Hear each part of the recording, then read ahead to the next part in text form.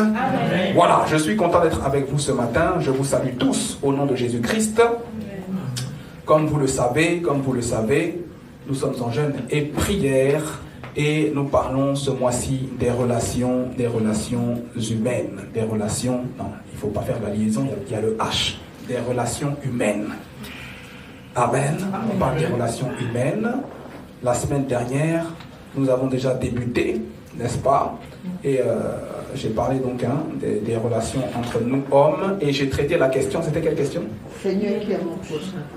Non, acclamez pour vous.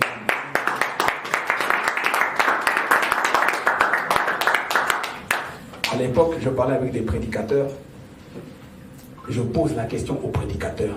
Frère, tu as prêché sur quoi aujourd'hui? Incapable de traiter et le titre de son message et les points que le pasteur a traités. Est-ce que vous trouvez ça normal? C'est-à-dire que tu enseignes au peuple de Dieu, mais toi-même tu oublies ton message. Et le titre et les points. Que Dieu nous aide. Donc, la semaine dernière, j'ai traité la question qui est ton prochain? Et on a vu, n'est-ce pas, que ton prochain, ça peut être les personnes qui t'entourent, qui te sont proches, n'est-ce pas, et les personnes que tu es susceptible de rencontrer un jour. Des personnes de toute couleur de peau, de toute origine, de tout horizon divers et variés. Amen. Voilà, donc ce matin, je vais vous parler de la grâce de l'amitié. De la grâce de l'amitié. Pose la question à ton voisin, dis-lui, est-ce que tu as des amis? La grâce de l'amitié. Nous allons lire les Saintes Écritures, ce après quoi je vais faire ce que j'aime, c'est-à-dire prêcher l'Évangile. Amen. Nous nous tenons debout pour notre première lecture. Et ce, pour honorer la parole de Dieu, nous allons lire Matthieu chapitre 9, du verset 10 au verset 13. Matthieu chapitre 9, du verset 10 au verset 13. Ensuite, j'irai dans 1 Corinthiens chapitre 15, le verset 33. Je vais prendre simplement le verset 33. Voilà, Matthieu chapitre 10. Non, pardonnez-moi, Matthieu chapitre 9, du verset 10 au verset 13.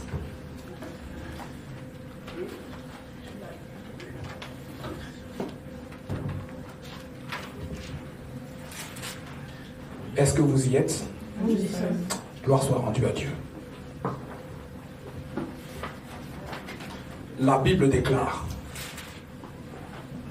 comme Jésus était à table dans la maison, voici, beaucoup de publicains et de gens de mauvaise vie vinrent se mettre à table avec lui et avec ses disciples.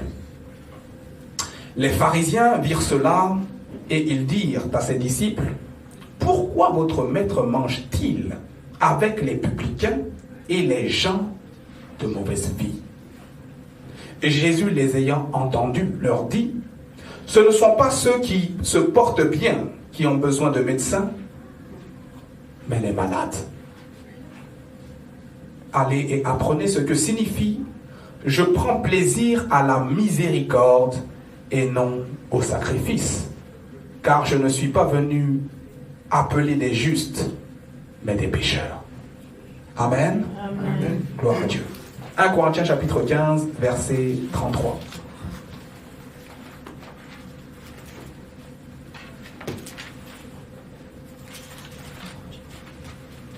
« 1 Corinthiens 15, verset 33.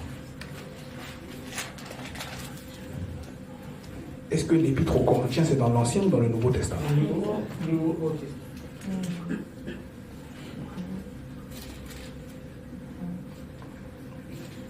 Vous y êtes? Gloire à Dieu. On va lire ensemble au compte de 3. 1, 2, 3. Ne vous y trompez pas. Les mauvaises compagnies corrompent les bonnes mœurs. Encore une fois, ne vous y trompez pas. Les mauvaises compagnies corrompent les bonnes mœurs. Une dernière fois, ne vous y trompez pas. Les mauvaises compagnies corrompent les bonnes mœurs. Nous acclamons le Seigneur et nous prenons place.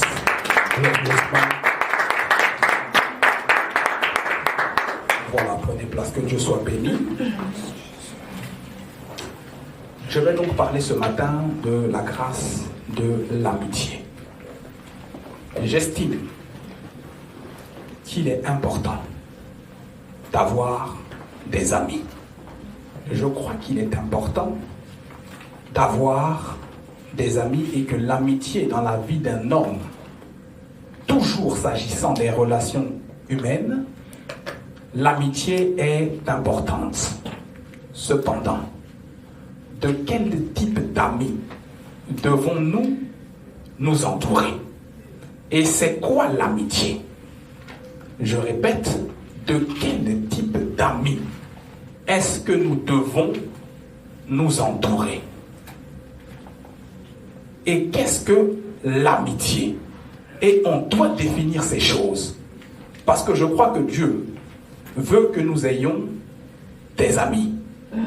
Je crois que Dieu veut que nous ayons, bon, je n'allais pas dire des copains, c'est trop, des personnes à qui se confier, des personnes avec qui on peut ou on doit cheminer, des personnes auprès de qui on peut ouvrir notre cœur. Je le crois, sincèrement. Maintenant, il va falloir discerner qui sont nos amis.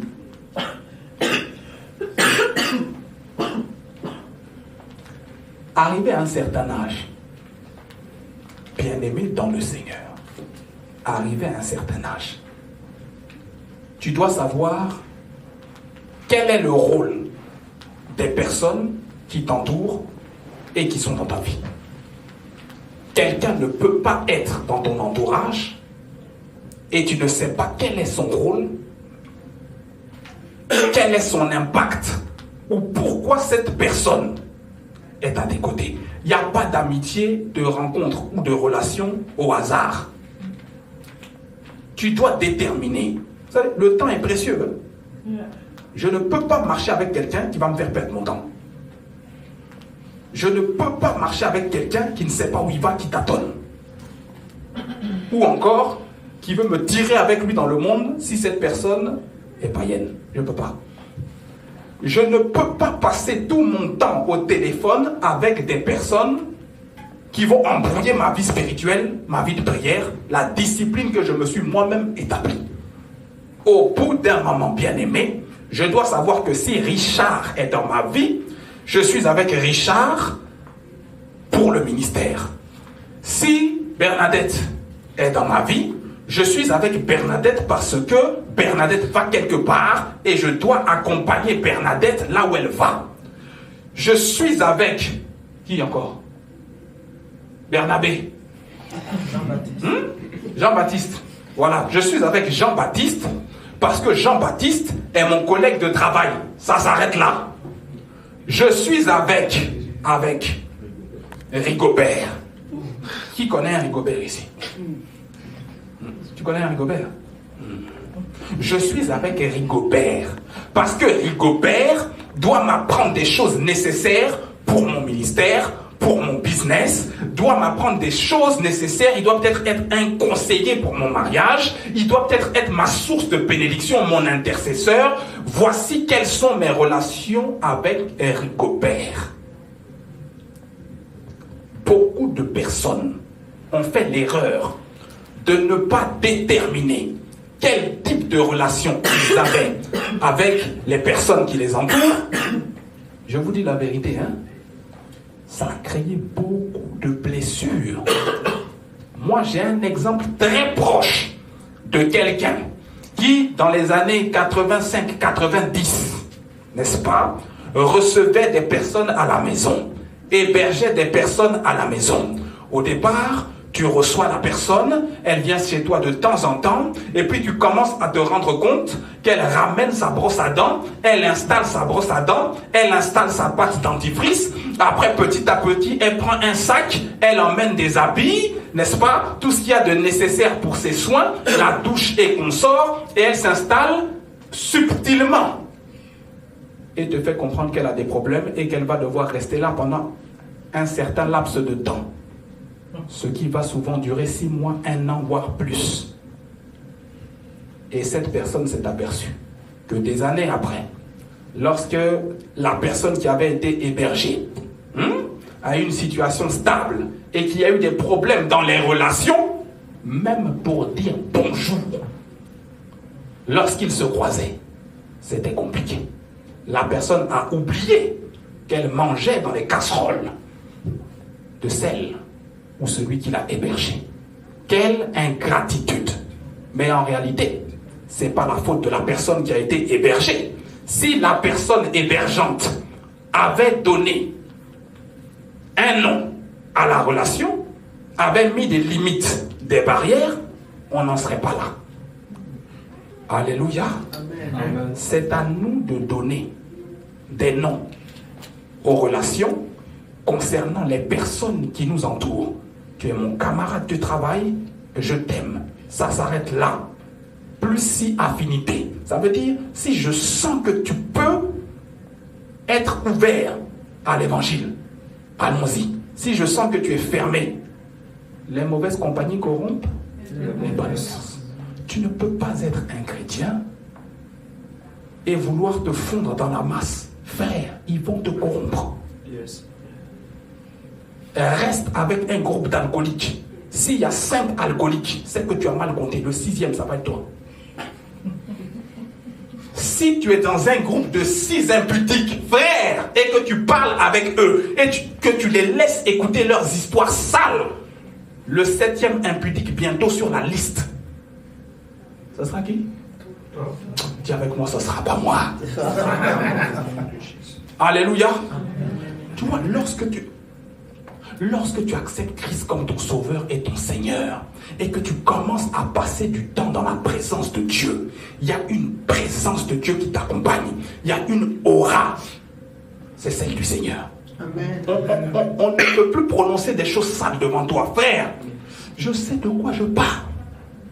Moi, j'étais avec des amis, des grands fêtards et des grands impudiques. À partir du moment où ils savaient que j'appartenais à Christ, même pour parler de leurs histoires, eux-mêmes, ils disaient, attendez, on va laisser cette histoire, Olivier vient d'arriver, on va reprendre après. Parce que je me mets dans une colère noire. Ça, c'est la sainte colère. Tu ne peux pas. Parlez-moi des choses qui embellissent mon âme. Donnez-moi des nouvelles de vous. Parlez-moi de vos familles. Ne me parlez pas d'impudicité. Ne me parlez pas des boîtes de nuit. Ne me parlez pas des choses sales. Les mauvaises compagnies corrompent les bonnes. Et tu vas entendre des choses. Oh non, il est démodé. Oh non, c'est pas ce qu'il lui a pris. Oh non, leurs églises là, ça les rend fous. Je préfère être fou avec Jésus que à la mode avec des personnes qui vont m'entraîner dans la gêne. Là où il y aura des pleurs. Dès que tu sors d'ici, regarde ton répertoire. Regarde la liste des personnes, celles qui sont inutiles. Je te dis la vérité, moi je suis un radical. Supprime. Supprime. Celles qui t'apportent des choses, ou ceux à qui toi tu apportes des choses. Vous convergez dans le même sens. Vous allez dans le même sens. Vous avez les mêmes aspirations. Garde-les.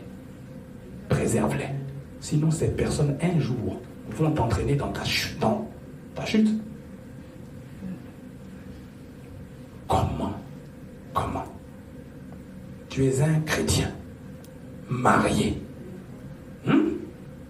Et tu vas prendre beaucoup de conseils auprès de quelqu'un qui n'est pas marié et qui n'a jamais été marié. Et en plus de cela, qui est païen. Sans mépriser la sagesse humaine des païens. La personne va te donner des conseils sur base de quoi? Parce que nous, on a notre ligne conductrice. Donc la personne qui ne connaît pas ça, comment va-t-elle pouvoir te conseiller dans ton couple? Pour le monde, c'est œil pour œil et dent pour dent. Le monde te dira Si tu as des difficultés dans ton couple, fais quoi? Divorce. Quitte, et on te dira, si tu n'es pas heureuse dans ton couple, divorce.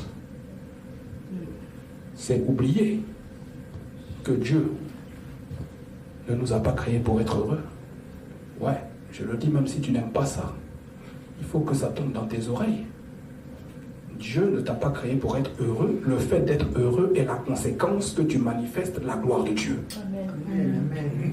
Parce que Dieu t'a créé, même pas pour ta gloire, pour sa gloire. Plus tu manifestes la gloire de Dieu, il y a de fortes probabilités que tu sois heureux, heureuse mon frère, heureuse ma soeur plutôt, heureux mon frère. Un poisson hors de son bocal ou hors de sa zone de confort est mal à l'aise. Mettez un poisson hors de l'eau. Vous verrez qu'au bout de quelques secondes, il va commencer à s'agiter. Et si ça dure longtemps, il va faire quoi? Bon, quand tu fais les choses hors de Dieu, tu meurs spirituellement.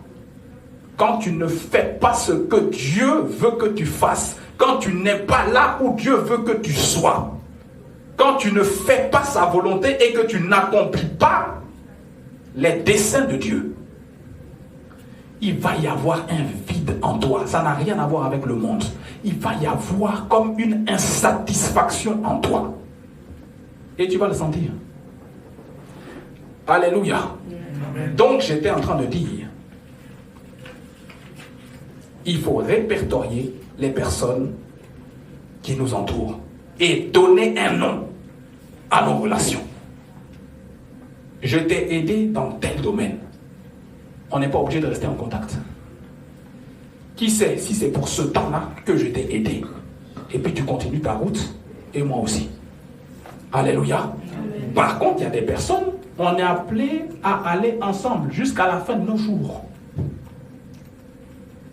Alléluia. Amen. Je commence par dire qu'il est possible d'avoir des amis qui ne connaissent pas Jésus. C'est possible. C'est surtout possible dans le sens où on doit évangéliser ces personnes. Amen. Et notre relation avec eux, en réalité, ça ne peut pas être une relation qu'on développe comme ceux qui ont Jésus. On doit avoir un minimum de relations avec ceux qui sont encore des inconvertis dans le but de les évangéliser. Non seulement parce que nous les aimons, et j'ai dit tout à l'heure, dans les relations humaines, plutôt j'ai dit la semaine dernière, dans les relations humaines et dans le qui est ton prochain, tu dois aimer tout le monde. Mais dans ce cas-là, tu peux avoir des amis avec qui tu as un minimum de relations. Ils sont des inconvertis, mais le but c'est les évangéliser. Alléluia. Amen. N'oubliez jamais que Jésus, dans Jean chapitre 2, est allé à un mariage où on s'enivrait. Qui a vu ça? Les noces de Cana. Il est allé là-bas, on s'enivrait, mais Jésus est là. Vous avez remarqué ça? J'ai un message sur ce passage-là. Je vais prêcher ça à la fin des répliques. Mais Jésus allait, il côtoyait les païens. N'est-ce pas? Il côtoyait les inconvertis. Il côtoyait les gens de mauvaise vie. Vous voyez? Les relations que Jésus avait avec eux étaient limitées. Il y avait un but. Mais Jésus aussi, dans ce qu'on appelle la ceinture de sécurité, quand vous lisez les Saintes Écritures, il était souvent entouré de gens. Donc, je commence par Pierre. De Pierre, Jacques et de Jean.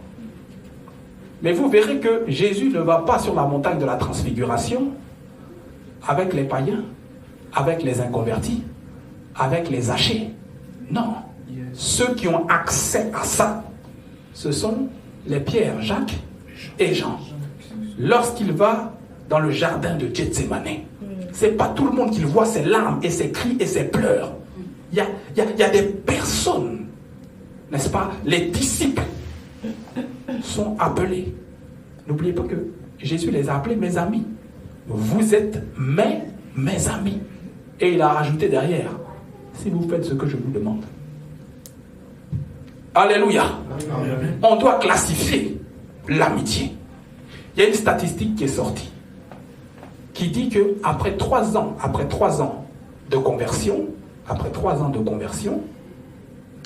on perd les amis inconvertis. Et là, c'est un problème, dans le sens où, si on perd tous les amis inconvertis qu'on avait, on n'a plus personne à évangéliser et on n'a plus personne à amener à l'église. On n'a plus personne à qui parler de Jésus-Christ. Alléluia. Donc, ces personnes, en réalité, je vous dis la vérité, ne peuvent pas être vos meilleurs amis.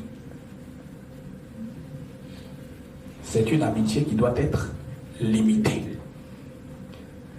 C'est un conseil que je donne. Tu prends, tu en fais ce que tu veux. Alléluia. Amen. Donc, il y a 3 types d'amis, ou 3 dimensions dans l'amitié. Il y a 3 dimensions dans ce qu'on appelle l'amitié. 3 dimensions dans ce qu'on appelle l'amitié. Je commence par la première. Dans le grand nom, l'amitié, première dimension, les camarades. 1. Camarades. Dans les camarades, on a ceux que l'on n'a pas forcément choisis.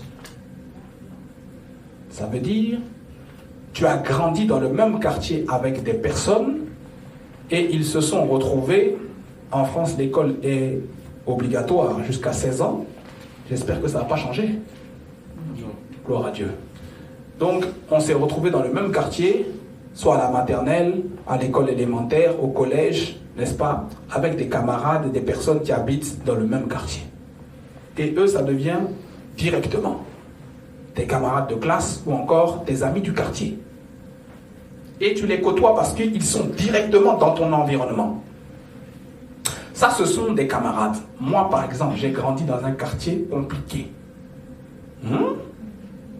Et je me suis aperçu que de ceux de ma génération, d'abord, il y en a quand même qui sont morts. Il y en a qui sont morts. Même pas à cause d'eux. C'est-à-dire, la maladie les a emportés. Il y en a qui sont en prison. Il y en a qui ont pris des balles. Et il y en a qui sont dans la drogue. Mais il y en a aussi qui ont fait des grandes études. Qui ont bâti des familles. Qui sont dans l'église. Il y en a qui ont eu d'autres aspirations, n'est-ce pas, qui sont des entrepreneurs.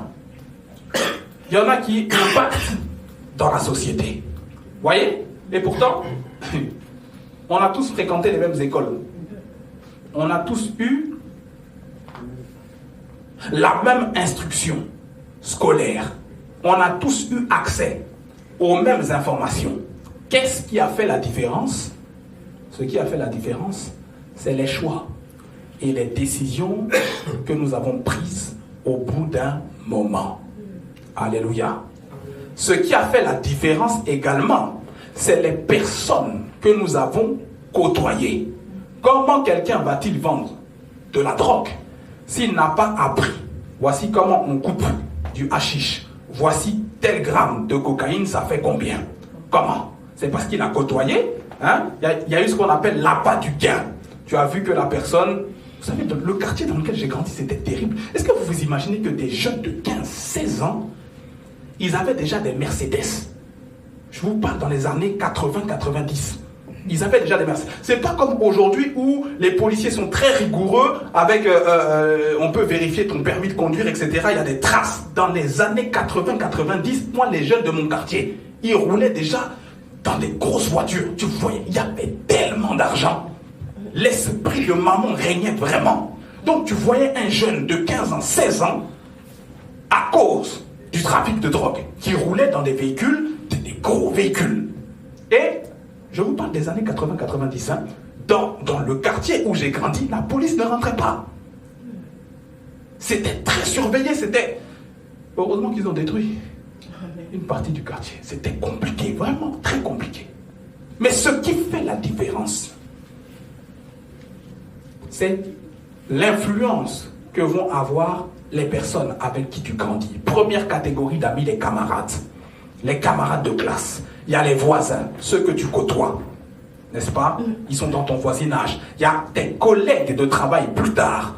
Tu vas devoir choisir un emploi, n'est-ce pas? Ou être entrepreneur, et tu vas devoir collaborer avec d'autres entrepreneurs ou des prestataires, avec tes collègues de travail, n'est-ce pas? Ils sont directement dans ta zone. Ce ne sont pas... Ils peuvent devenir des amis intimes. Mais de manière générale, l'amitié se limite au travail. On se parle, on échange, parce qu'on a des tâches à accomplir au travail. On a des objectifs à accomplir, n'est-ce pas? Au travail. Alléluia. Donc, premier type d'amitié, j'ai dit, les camarades. Tu croises quelqu'un dans la rue, je sais pas, dans ta salle de sport, ça peut devenir ton camarade. Vous vous dites bonjour, mais vous n'êtes pas obligé d'aller manger ensemble. Il n'est pas obligé de venir chez toi pour Noël, n'est-ce pas? Ça, c'est réservé au grade au-dessus. Deuxième type d'amis dans la vie. Ce que je suis en train de dire, bien-aimé, va vous bénir pour les années à venir. Parce que tu vas comprendre que dans ta zone, dans tes 6 mètres, il ne faut pas laisser rentrer n'importe qui. Je sens que je dois dire ce que je vais dire. Même chez toi, à la maison, ne laisse pas venir n'importe qui sous prétexte que j'aime bien ce qu'on a développé comme amitié, etc. Moi, tant que je ne te connais pas spirituellement parlant, frère, tu me tends une bouteille d'eau, je ne bois pas. Pour que tu viennes chez moi, ça risque d'être très compliqué. Il faut d'abord que je te connaisse spirituellement, que j'ai la révélation de qui tu es. Sinon, distance. Je vais même plus loin. Distanciation sociale. Et sociale et spirituelle. Alléluia. Combien de serviteurs de Dieu ont été empoisonnés, des vrais et des authentiques, à cause de la jalousie, de la méchanceté des hommes. Combien de serviteurs de Dieu ont fait rentrer chez eux une atmosphère bizarre. Tu fais rentrer quelqu'un chez toi, la personne est bien à l'église, la personne prie beaucoup. Mais quand elle vient chez toi, il y a comme une atmosphère bizarre qui s'instaure. Tu comprends que la personne en réalité prie à l'église, mais que dès qu'elle sort des 4 murs de l'église, elle vit une vie très, très, très compliquée et néfaste. Ne soyons pas naïfs. C'est le temps où nous, notre génération, on doit prier les yeux ouverts. Amen, amen, alléluia. Amen. Et on prie. Non, sinon on va répéter les erreurs que nos pères ont commises. Alléluia. Amen. Donc il ne faut pas, vous savez, tout ce qui arrive, nous on ne juge pas, hein, on ne juge pas les pères, on ne juge pas toutes les personnes qui sont passées par des difficultés, n'est-ce pas? Mais même la Bible dit que tout ce qui est arrivé aux anciens, ça a été fait pour notre instruction. Amen. Donc il ne faut pas qu'on répète les choses que David a fait, n'est-ce pas, les Abraham et consorts. Alléluia, sans les juger, ces choses leur sont arrivées pour notre instruction. De la même manière, ce qui est arrivé aux générations, n'est-ce pas, qui ont été avant nous. Il faut savoir en tirer des leçons. Voici ce que mon père a fait. Voici ce que ma mère a posé comme acte. Je les bénis, je les aime. Mais ça, ce point-là, mon père n'a peut-être pas été parfait dans ça. Donc je ne ferai pas ça. Ma mère n'a peut-être fait les mauvais choix dans ce domaine. Et je ne ferai pas ça. Alléluia. Amen. Deuxième catégorie de personnes bien-aimées dans le Seigneur, ce sont les compagnons. Je prie d'abord, étant donné que les mauvaises compagnies corrompent les bonnes mœurs, je prie qu'en cette année tu rencontres des personnes de destinée. Amen. Alléluia. Qu'il y ait des personnes, en fait, que Dieu te sépare de toute personne néfaste et dans ton répertoire et dans ta vie, toute personne que tu côtoies qui certainement complote contre toi, je prie que Dieu t'en sépare au nom de Jésus. Deuxième catégorie, les compagnons. Les compagnons sont ceux qui t'accompagnent ou sont ceux que tu accompagnes dans le chemin de leur destinée. Voyez-vous, on a la même vision, on a les mêmes convictions. Celui qui est assis à côté de toi ou celle qui est assise à côté de toi est certainement un de tes compagnons. Parce qu'on a la même vision, n'est-ce pas? L'église à nous que nous voulons bâtir, nous, église et révérence, ça doit être une famille vivante, une famille aimante, qui glorifie Dieu par une vie d'adoration, une vie de prière ardente. Alléluia, une fidélité aux saintes écritures. Ça, c'est notre vision. Amen. On a les mêmes aspirations. On croit en un seul Dieu et un seul Seigneur. Son nom c'est Jésus. Son nom c'est Jésus. Alléluia. Vous voyez, on a les mêmes convictions. On sait que, et on a les mêmes convictions, on a les mêmes défis. On sait que nous, on ne veut pas d'impudicité. On sait que nous, on ne veut pas être soumis à l'esprit de maman. On ne veut pas prendre exemple sur l'Israël du temps où ils étaient en Égypte, ou plutôt où ils sont sortis d'Égypte, être un peuple beaucoup raide. Non, nous, on veut obéir à Dieu. Qui veut obéir à Dieu? Amen. Moi, je fais partie de ceux qui veulent obéir à Dieu. Obéir à sa parole, obéir à ce que lui m'a dit. Je fais partie de ceux à qui Dieu a révélé sa pensée et un appel. Donc, je veux émerger vers l'appel de Dieu. Il y a une grande destinée qui est rattachée à ma vie. Est-ce que tu peux le proclamer ce matin? Il y a une grande destinée qui est rattachée à ma vie. Alléluia. Je ne peux pas me permettre de perdre mon temps avec des personnes qui ne sont pas prêtes à m'accompagner dans le couloir de ma destinée. Alléluia. Je sens que je dois insister. Veille sur les personnes que tu ramènes chez toi à la maison.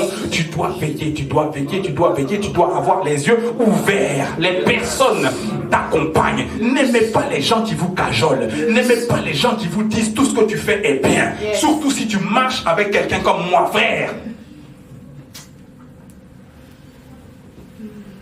Je vais t'encourager, ça veut dire, sur 100%, tu auras 10% d'encouragement. Après le reste, je vais te challenger. Frère, ça, tu as fait ça bien, mais tu aurais pu mieux faire. Voici la ligne de conduite. Amen. Tu as prié 1 heure, gloire à Dieu. C'est formidable, c'est merveilleux. Monte encore.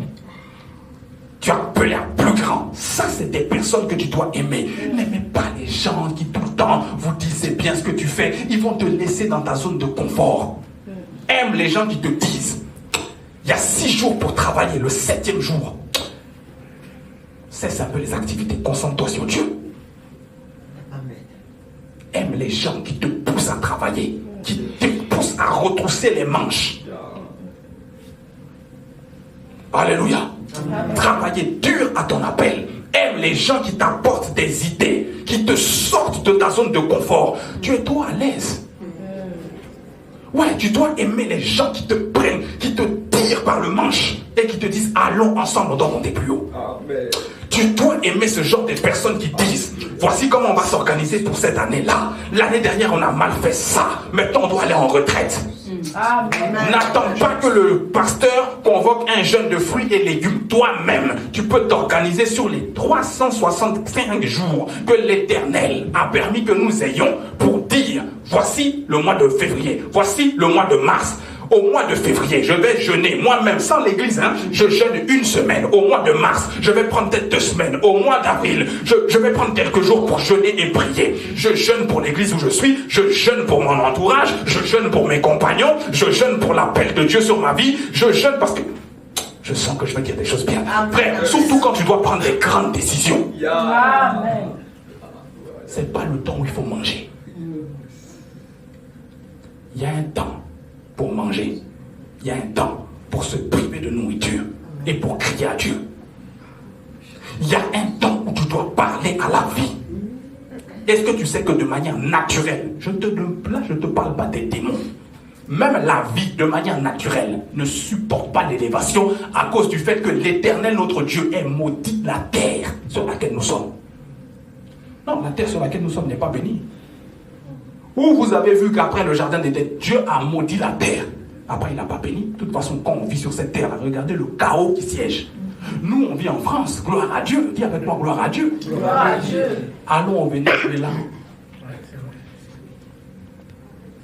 Et si on partait à l'est du Congo? Tu as déjà été en Afrique du Sud? Dans le ghetto de Soweto. Tu connais Soweto? où tu marches dans la rue comme ça, on t'arrête. Il y a une machette qui est en face de toi et puis on te dit donne tout ce que tu as. Là-bas, c'est le genre de coin où la police ne rentre pas. Tu as deux solutions. Soit tu fais pipi sur toi. Des fois, ça sort par derrière. Et puis tu donnes tout. Soit tu veux te révolter. Et puis machette. Tu as déjà été en Corée du Nord?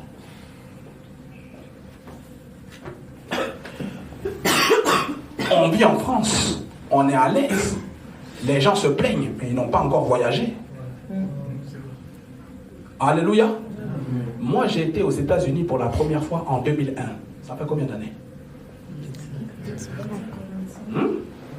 Bon, déjà à l'époque, il y avait ce qu'on appelle les homeless. Je vous parle de la première puissance mondiale, les États-Unis. Il y avait les homeless. Ça veut dire, aux États-Unis, je t'explique, hein, c'est un système libéral. Soit tu en as, soit tu n'en as pas. Et quand tu n'en as pas, tu te retrouves dans ce qu'on appelle les ghettos. Moi, ce qui m'a choqué la première fois aux États-Unis, d'abord, les caddies sont gratuits. Tu n'as pas besoin de mettre de pièces. Donc, tous les homeless, donc les sans-abri, prennent les caddies et tu vois des gens avec des caddies dans la rue qui sont en train de se balader avec toutes leurs affaires. J'ai posé la question à mon père, mais qu'est-ce qu'ils font? Il m'a dit, mais ce sont des sans-abri et les caddies sont gratuits. Tu vois, tu peux voir aux États-Unis, surtout après la crise du Covid, des chefs d'entreprise, j'ai bien dit chefs d'entreprise, dormir dans leur voiture. C'est nous qui nous plaignons des prix de l'immobilier dans Paris. Allons faire un tour à San Francisco. Vous allez halluciner. Faites un tour à Hong Kong. Je vous assure. Bon, on a des défis en France. Mais quand tu vas regarder un peu ailleurs, la vérité c'est que c'est compliqué. C'est compliqué partout à cause du fait que l'Éternel, notre Dieu, est maudit la terre. De manière naturelle. La terre ne supporte pas l'élévation de l'homme. J'ai pas dit le diable, je dis de manière naturelle. Ça veut dire, même si le diable n'existait pas. Vous voulez que je vous prouve? Yes. Regarde.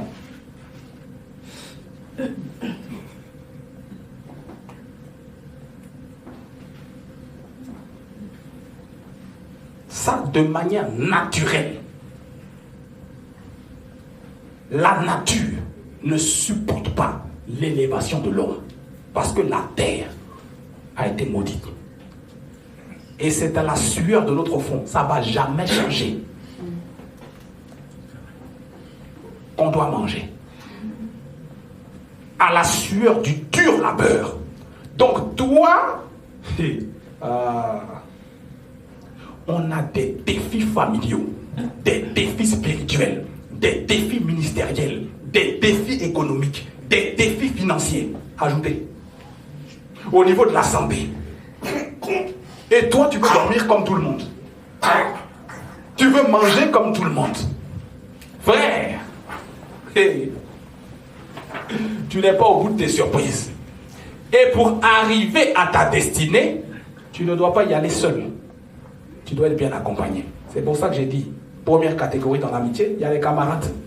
Deuxième catégorie, il y a les compagnons. Ceux qui t'accompagnent. Ma prière est que Dieu t'ouvre les yeux et qu'il te rende conscient des personnes qui doivent t'accompagner dans ta destinée.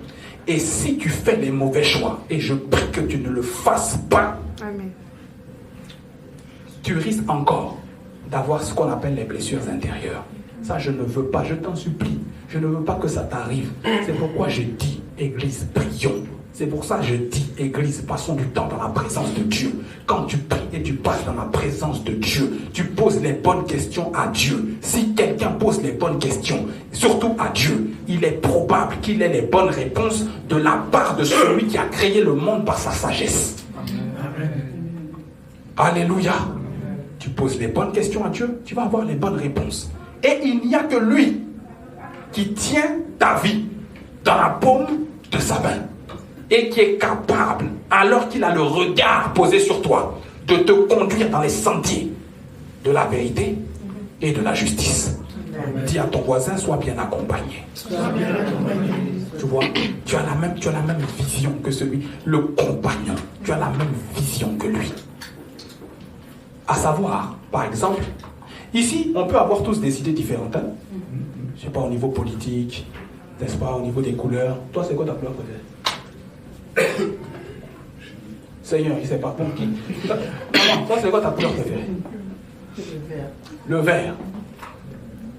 Toi, c'est quoi ta couleur préférée? C'est le blanc. Le blanc.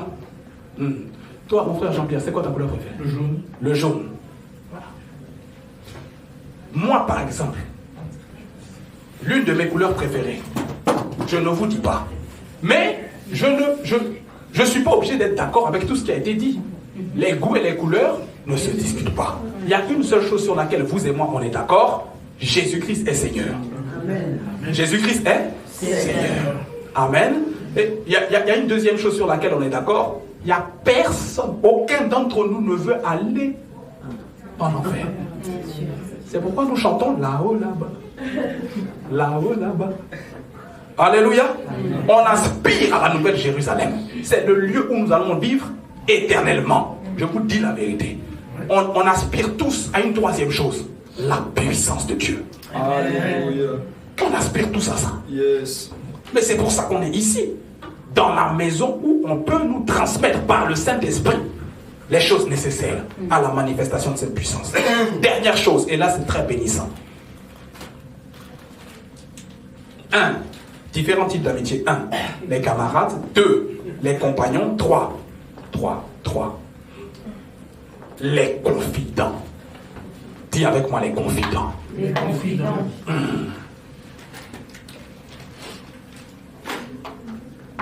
Les confidents, bien-aimés dans le Seigneur,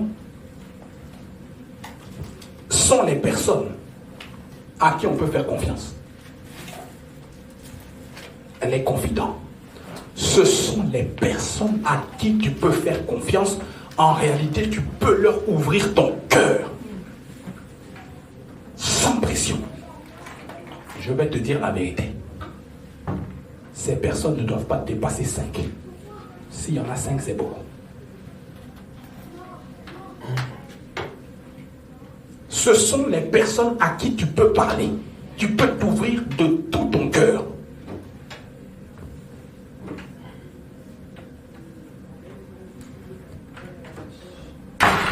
Et je vous dis la vérité.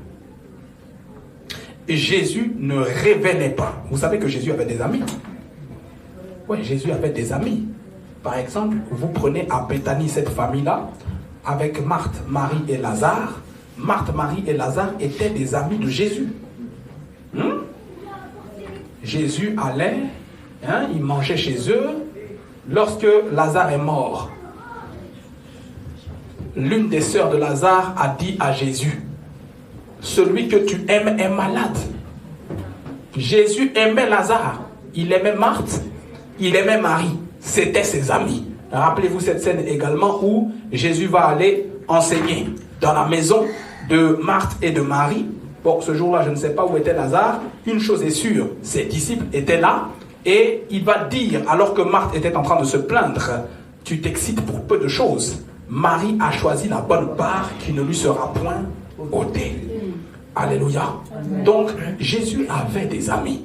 Jésus était entouré. Jésus avait des camarades. Jésus avait des compagnons. Mais Jésus avait également des confidents. Qui étaient les camarades de Jésus? Quand vous regardez, bon, Jésus, on sait qu'il vivait en Israël, qu'il a grandi en Galilée, notamment dans la ville de Nazareth. Il a sillonné tout ce secteur-là, Capernaum et consorts, n'est-ce pas? Et il lui est arrivé de venir à Jérusalem. Donc, il y a des contemporains de Jésus, il y a des personnes que Jésus côtoyait. Ça, ce sont les camarades de Jésus. Il y avait même des personnes de mauvaise vie. N'oubliez pas, dans les relations humaines, ton prochain, c'est toute personne que tu es susceptible de côtoyer. Et Jésus, comme nous l'avons lu, dans le livre de Matthieu, au chapitre 9, du verset 10 au verset 13, il y avait des gens de mauvaise vie. Il y avait des gens, des pécheurs. Il y avait des gens iniques que Jésus a côtoyés et avec qui il a mangé. Ce sont des camarades de Jésus. N'est-ce pas? Et Jésus avait ses compagnons. Dans ses compagnons, lorsque vous lisez un livre comme Luc, n'oubliez pas que Jésus a choisi 70 disciples pour aller faire son œuvre. Ça, ce sont ceux qui accompagnent. Compagnons accompagnés. Compagnons accompagnés. Qui accompagnent Jésus dans son œuvre, dans la tâche qu'il veut accomplir. N'est-ce pas? Mais lorsque vous avez vu, Jésus a posé cette question, mais qui est prêt, hein, je paraphrase, hein, qui est prêt à boire mon sang et à manger ma chair? Eux, ils comprenaient avec leur intellect de telles questions. Et quand tu vas plus loin, Jésus avait plein de valeurs spirituelles à leur transmettre. Et il y en a donc plusieurs qui se sont disqualifiés. C'était ceux qui n'étaient pas prêts à accompagner Jésus. Et Jésus avait les 12 que l'on connaît. Dans les 12, il y a ceux qui l'accompagnaient, mais il y a les confidents. Dans les confidents, vous avez Jean, vous avez Jacques, vous avez Pierre. Jésus ne se confiait pas à tout le monde. Il y avait sa ceinture de sécurité. Lorsqu'il a fallu aller ressusciter des morts, comme la fille par exemple de Jairus, c'est Pierre, Jacques et Jean qui ont suivi Jésus. Et puis il a fermé la porte. Les autres, ils ont fait sortir tout le monde. Il y avait Pierre, Jacques et Jean, les parents de la jeune fille, n'est-ce pas? Et Jésus lui-même. Alléluia. Amen. Matthieu chapitre 17, lorsqu'il monte à la montagne de transfiguration, il n'y a pas tout le monde là-bas. Il a laissé certains sur le terrain, donc ceux qui l'accompagnent, mais les confidents sont montés avec lui et ils ont vu la gloire. Ils ont vu Élie et Moïse apparaissant à Jésus et ils étaient en train de communiquer. Hey. Dis avec moi les confidents. Les confidents. C'est ceux auprès de qui tu peux pleurer. Tu peux te livrer de tout ton cœur. Ils peuvent te voir sans pouvoir te mépriser. Ils peuvent te voir tel que tu es. Sans pouvoir plus tard te mépriser. Alléluia. En revanche, les camarades, eux, restent autour de la table pour manger. Les camarades n'accompagnent pas Jésus à la montagne de la transfiguration. Les camarades n'accompagnent pas Jésus à Gethsémane. Les camarades ne sont pas là quand dans Actes chapitre 1, Jésus donne ses dernières indications avant son ascension. Là, il n'y a pas les camarades. Il y a qui? Les confidents. Il est possible d'avoir des camarades, des compagnons, mais également des confidents. À qui est-ce que toi tu te confies? À qui est-ce que tu parles? À qui est-ce que tu révèles les secrets les plus profonds? Et j'ai bien dit qu'ils ne sont pas nombreux. Mais en réalité, lorsque nous quantifions nos bénédictions, déjà, avoir une église, c'est une bénédiction. Amen. Deuxièmement, avoir un bon pasteur qui prêche la vérité, c'est une bénédiction. Amen. Avoir une famille est une bénédiction. Amen. Ouais, il y en a qui ne connaissent ni leur père, ni leur mère. Et qui ne les connaîtront jamais. Donc, pour toi qui es là avec moi et qui connais tes parents biologiques, il faut bénir le Seigneur. Peu importe les problèmes que vous avez ensemble. Ou ce que vous traversez. Maintenant, avoir des amis de type confident, c'est une très grande bénédiction. Est-ce que tu sais qu'il y en a qui se suicident parce qu'ils n'ont pas d'amis et qui n'ont personne à qui parler? France, premier pays européen de consommation de médicaments d'antidépresseurs. C'est la France. Bienvenue dans notre pays et notre nation aux 68 millions d'habitants. Alléluia. Dernièrement, la semaine dernière, je crois que 2 jeunes filles se sont suicidées. Vous avez vu ça? À cause de quoi? Du harcèlement. Personne à qui se confier. Elles vont se confier au proviseur qui n'est pas un ami, qui n'est pas un confident, mais qui est un camarade. Parce que, n'est-ce pas, il n'y a pas la même proximité avec le proviseur. Mais pourquoi? Personne à qui parler. Des gens se jettent sur les rails du RER parce qu'ils n'ont personne à qui se confier, à qui parler. Je te garantis. Regarde, là où il y a des personnes qui trahissent, là où il y a des personnes mauvaises, moi je crois, ça ne regarde que moi, qu'il y a plus de bonnes personnes que de mauvaises. Ça, c'est ce que je crois. Et que tu peux te confier à des personnes que Dieu a prédestinées spécifiquement et spécialement pour toi. Ces personnes ne sont pas nombreuses. Et d'ailleurs, je vous en supplie, c'est Jésus qui parle et qui a dit, au jour du jugement, les hommes rendront compte de toute parole vaine qu'ils auront proférée. Ne sois pas quelqu'un qui parle beaucoup. Sois un homme et une femme qui gardent en elle les choses, les secrets les plus profonds. Le reste, tu peux les confier. Le confident va t'aider. Non seulement il est celui qui t'accompagne, mais qui te prodigue les meilleurs conseils pour arriver là où tu dois arriver. Ensemble, vous vous challengez. Le confident dans le confident, il y a en même temps le compagnon, mais celui à qui tu peux parler. Ce qu'il a en plus, ce qui le différencie du compagnon, c'est que tu peux t'ouvrir de tout ton cœur à cette personne. De toute façon, la meilleure des personnes à qui nous pouvons nous confier, vous le savez, c'est le Dieu que nous servons et le Dieu que nous aimons. Amen. Alléluia. Amen. Pourquoi est-ce qu'on ne peut pas se confier aux camarades ou aux inconvertis? Parce que ces personnes ne peuvent pas nous comprendre. Ils n'ont pas Christ, ils ne peuvent pas comprendre les choses de Dieu. Pourquoi? Corinthiens nous dit, c'est les choses de Dieu là, c'est spirituellement qu'on en juge et pas charnellement. Alléluia. Amen. Voilà, donc malgré que Jésus ait dit à ses disciples, vous êtes mes amis,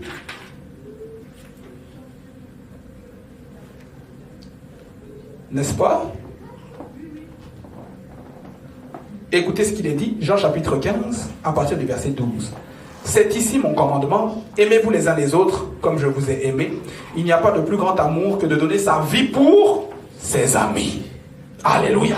Ça c'est le confident qui donne sa vie pour ses amis. Si vous êtes mes amis, non, vous êtes mes amis si vous faites ce que je vous commande. Écoutez ce que dit la Bible, verset 15. Je ne vous appelle plus serviteur, parce que le serviteur, donc comprenez par là l'esclave, parce que le serviteur ne sait pas ce que fait son maître.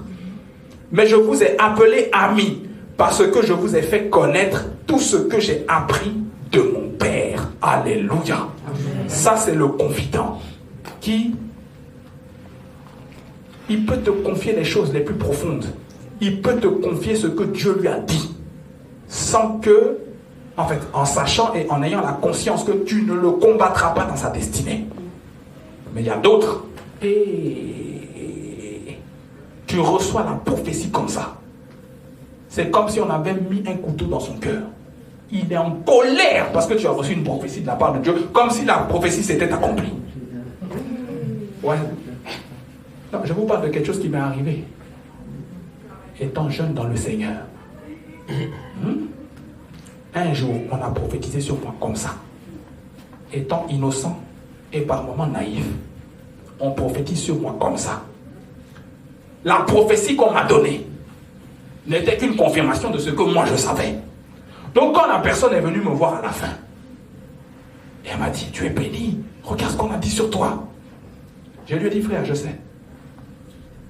Plus tard, la personne, plusieurs semaines après, là sur le coup, là, la personne n'a rien dit. C'est plusieurs semaines après que la personne m'a dit, mais quand j'étais venu te voir pour t'encourager, c'est comme si tu avais de l'orgueil en toi. Quel orgueil! Ce qui a été dit, je savais.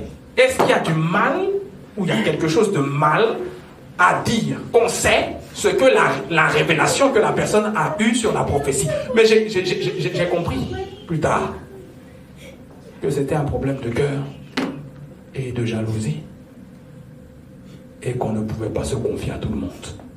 Fais attention aux gens à qui tu t'associes. Tu peux prier avec quelqu'un.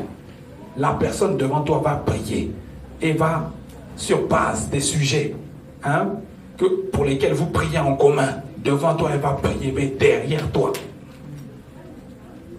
Fais attention. Vous êtes mes amis. Le confident te confie ce à quoi il a appelé. Ce que Dieu lui a dit. Il peut même te confier des rêves. Vous pouvez partager. Vous avez des objectifs en commun.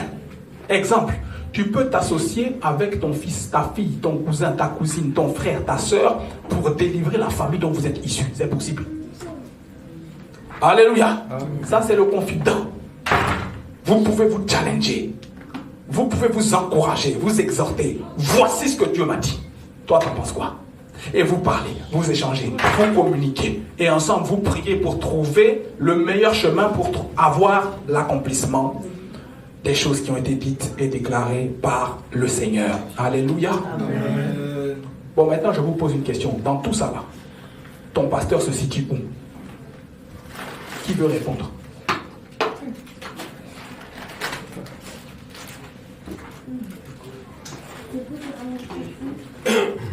Où est le courageux ou la courageuse qui veut répondre? S'il y a 3 types d'amitié. Premier, on y va, camarade. Deuxième, compagnon. Troisième, confident. Ça, ce sont les 3 C. Hein? Bon, maintenant, ton pasteur, il se situe où? Au moins dans les compagnons. Hein? Au moins dans les compagnons. Mais le pasteur peut devenir un confident. Parce que demain, quand on va aller à la montagne avec Romaric, vous n'étiez pas là dans une veillée de prière où le frère a été saisi par l'esprit et a commencé à prophétiser. On n'avait jamais vu le frère comme ça. Alléluia. Là, on l'emmène à la montagne et il voit d'autres dimensions de la gloire de Dieu. Donc, le pasteur peut aussi devenir un confident. Mais ton pasteur est au minimum, un compagnon. Parce qu'il t'accompagne dans ce à quoi tu aspires. Première des choses, ta sanctification, le salut de ton âme et l'appel concernant ta destinée. Alléluia. Amen. Bien entendu, et c'est le piège. C'est Jésus qui parle et qui dit: un prophète n'est pas honoré dans sa patrie. Bien que ton pasteur peut être un compagnon ou encore un confident, dis à ton voisin, fais attention. Dis-lui bien, fais attention. Les personnes de la Galilée ont dit de Jésus: n'est-ce pas le fils de Marie? N'est-ce pas le fils de Joseph? Hein? Ses frères, Jacques, Simon et consorts, avec ses sœurs, Jésus avait des sœurs, hein? N'ont-ils pas grandi parmi nous?